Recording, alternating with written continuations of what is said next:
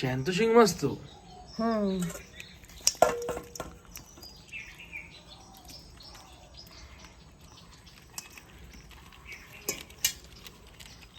নমস্কার বন্ধুরা, প্রীতিলতা হেসেলে তোমাদের সবাইকে স্বাগতম। আশা করি তোমরা সবাই ভালো আছো। তো আজকে আমি তোমাদের সামনে যে রেসিপিটা নিয়ে এসেছি সেটা হলো জ্যান্ত শিং মাছের আলু আর লাউ ডাঁটা দিয়ে ঝোল করে রান্না করব। এই গরমে লাউ ডাঁটা দিয়ে শিং মাছের ঝোল খেলে শরীরের পক্ষে খুবই উপকারী।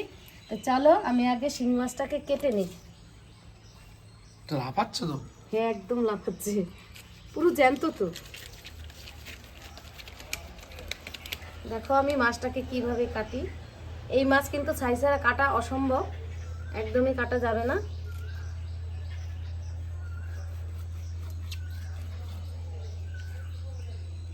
দেখো আবার অল্প ডিম হয়ে গেছে।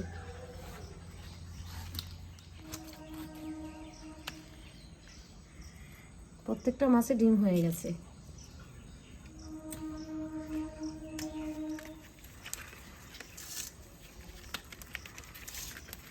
বাপরে,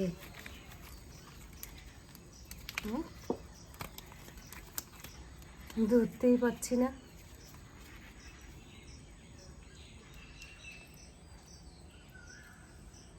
কি সুন্দর ডিম হয়ে গেছে।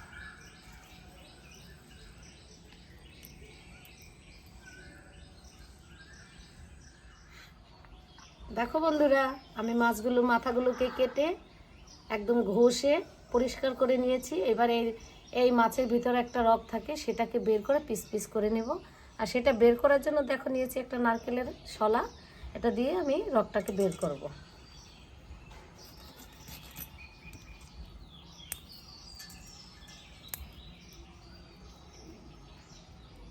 এক পাশ দিয়ে ঢুকাবো আর এক পাশ দিয়ে বের করব। এই দেখো রগটা কিন্তু পুরো বেরিয়ে গেল কত সহজে।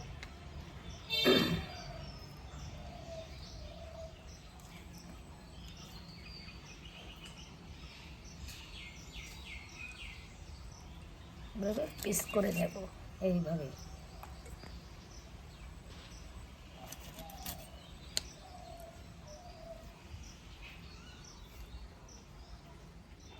দেখো বন্ধুরা, আমি কিন্তু মাছটা কেটে ধুয়ে পরিষ্কার করে একদম রান্না করে চলে এসেছি। তাহলে তোমরা আমার পুরো ভিডিওটা দেখতে থাকো, আমি রান্নাটা করি। মাছে লবণ আর হলুদ মাখিয়ে নেব। দিয়ে দেব পরিমাণ মতো লবণ, দেব একটু হলুদ,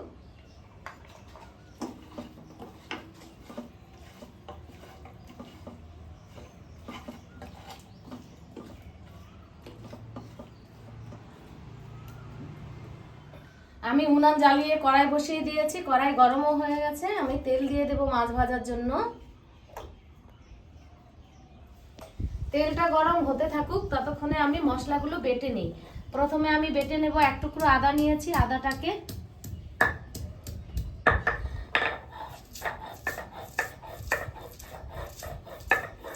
তেল কিন্তু গরম হয়ে গেছে। মাছগুলো ভাজার জন্য কড়াইয়ে দিয়ে দিই।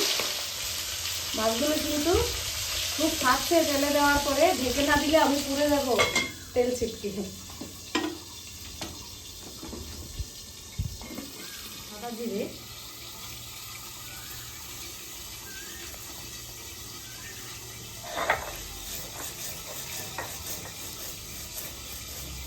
কেটে নেব কাঁচা লঙ্কা,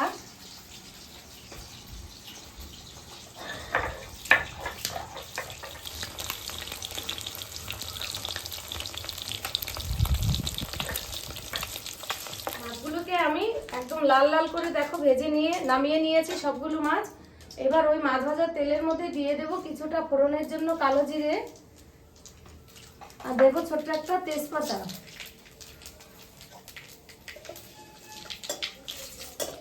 এখানে আমি দুটো তিনটে আলুকে ডুমো ডুমো করে কেটে নিয়েছি, আলুটা দিয়ে দেব।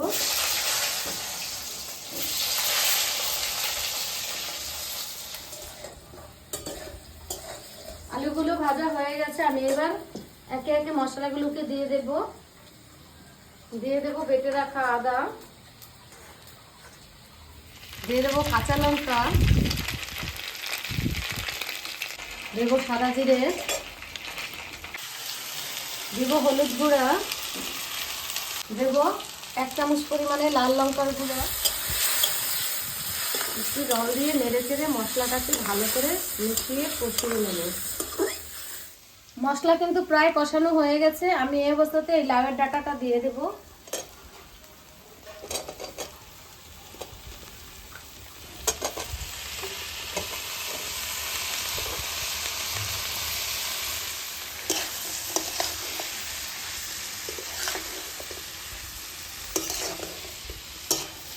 পুরোপুরি কষানো হয়ে গেছে। আমি এবার ঝোলের জন্য জল দিয়ে দেব।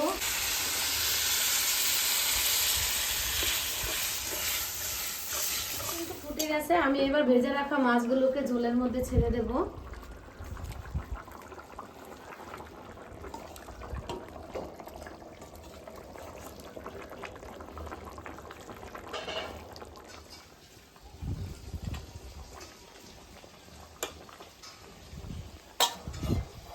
দিয়ে দেব স্বাদ মতো লবণ।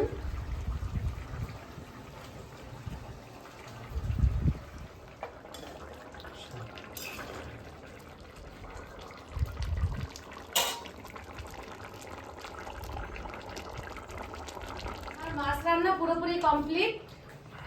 আমি মাছটাকে নিচে নামিয়ে নিলাম। বাহ, এটা ভালো গন্ধ বেরাইছে।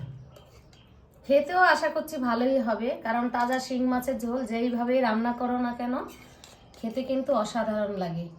আর লাউয়ের ডাঁটা দিয়ে রান্না করলে তো কোনো কথাই হবে না, খেতেও। তাহলে বন্ধুরা দেখো, আমার শিঙি মাছের ঝোল কিন্তু পুরোপুরিভাবে রেডি। আমি নামিয়ে নিয়েছি। দেখো, দেখতেও অসাধারণ কালারটা হয়েছে, খেতেও ভালো লাগবে।